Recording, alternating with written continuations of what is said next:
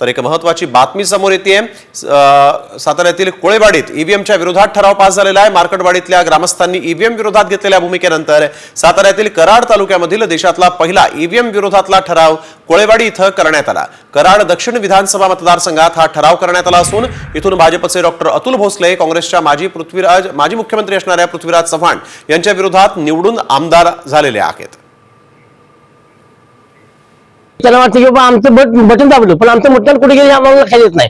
तर ballot paper कसं होतं की शिक्का मारल्यानंतर आपलं मतदान हे अमक्याच माणसाला आपण 100% केलेलं आहे याला खात्री होती। त्यामुळे लोकांचं म्हणणं असं आहे आणि त्याप्रमाणे आम्ही अशा ग्रामस्थांचा ठराव केलेला आहे की कोळेवाडी ग्रामस्थांनी की बॅलेट पेपर इथून पुढचं मतदान हे बॅलेट पेपर व्हावं अशी सर्वांची इच्छा आहे। तर आपण बघतोय मरकटवाडी नंतर यावेळेस आता साताऱ्यातील कोळेगाव जे त्यांनी देखील ईव्हीएमच्या विरोधात एल्गार पुकारलेला आहे। कराड दक्षिण मतदारसंघातून पृथ्वीराज चव्हाण यांचा पराभव झाला होता आणि त्यानंतर आता कोळेवाडीतील ग्रामस्थ देखील आक्रमक झाले आहेत।